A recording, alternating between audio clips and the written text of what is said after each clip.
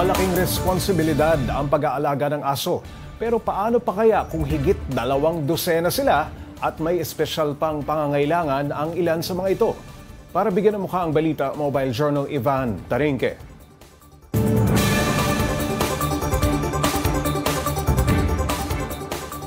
Hindi matatawaran ang pagmamahal ng ilang Pinoy sa kanilang mga pets. Ang isang fur mom na nakilala ko, todo kayod para sa kanyang special fur babies. Halos 30 aspin ang alaga ni Ate Realin. Lahat ng mga ito may espesyal na pangangailangan. 6 pang aso, ang pare-parehong kulang ng 2 paa sa harapan. Sina Drogo, Snow, at iba pa.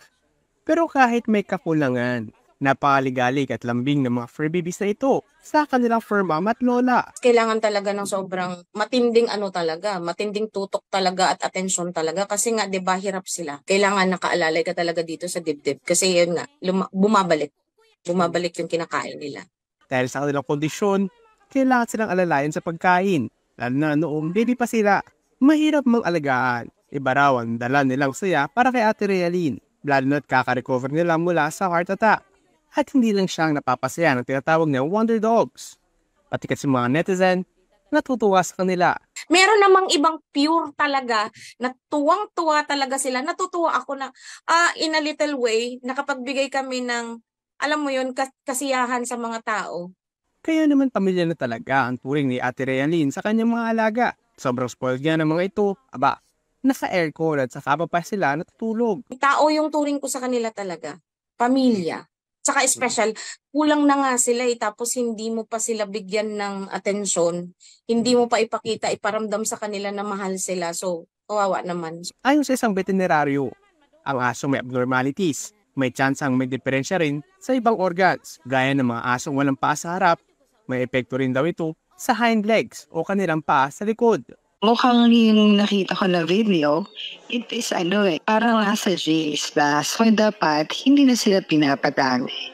All of the weight bearing will be on the hind leg.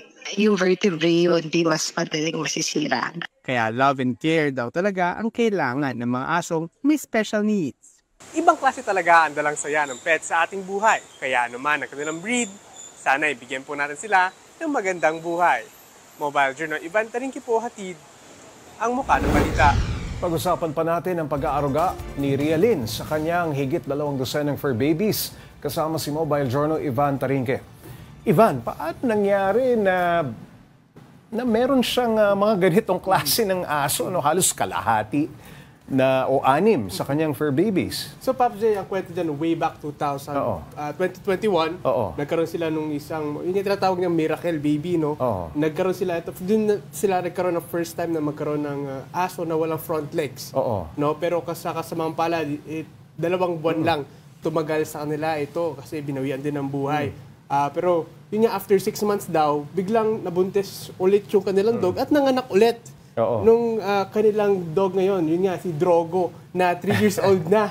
No? So medyo ganun, Pops J. Lahat ng alagang aso ni Realin, tinatawag niyang Wonder Dogs, no? Maliban dito sa mga walang paa. Ano ba yung kapansanan ng iba? So, Pops J, so far, ito lang talaga yung may mga abnormalities sa kanyang alaga. No? Pero isipin mo, kanina, tinanong ko siya, Mr. Realin, gano'n na ba talaga kadami yung alaga mo? Sabi niya, actually sir, 29 na sila. Parang sabi niya, nagulat siya, 29 na daw. Dami, di ba, Pausi? Pero nga, nakakatuwa dito is lahat ito, karamihan dito ay aspin.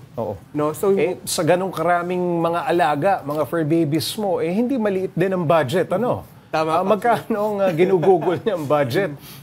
Kada buwan siguro, mga magkano nagagasto niya? So, Pops J, isipin natin yung gastos, kuryente, kasi nga, bangit natin, naka-aircon.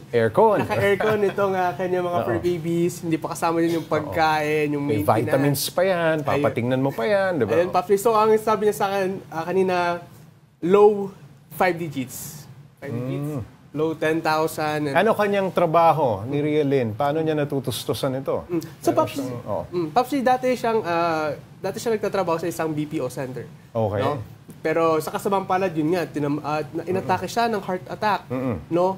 Nito lang. Kaya ngayon, naka-on leave siya. So, ang ginagawa niya pagtutustos ngayon sa kanilang pang-araw-araw nag-online selling siya, nag-affiliate siya sa isang online app, no? Pero yun nga, malaking tulong din actually itong pag-viral ng kanilang aso dahil doon mas maraming engagement yung kanyang... sumisikat lalo. Sumisikat lalo, mas marami nagkakaroon engagement yung kanyang account. Bukod sa gastos, ano pang mga challenges ang kinakaharap ni Rialin sa pag-aalaga nito? May mga katulong ba siya? Meron siyang katuwang sa pag-aalaga? Pops Z, katuwang na talaga dito yung kanyang nanay.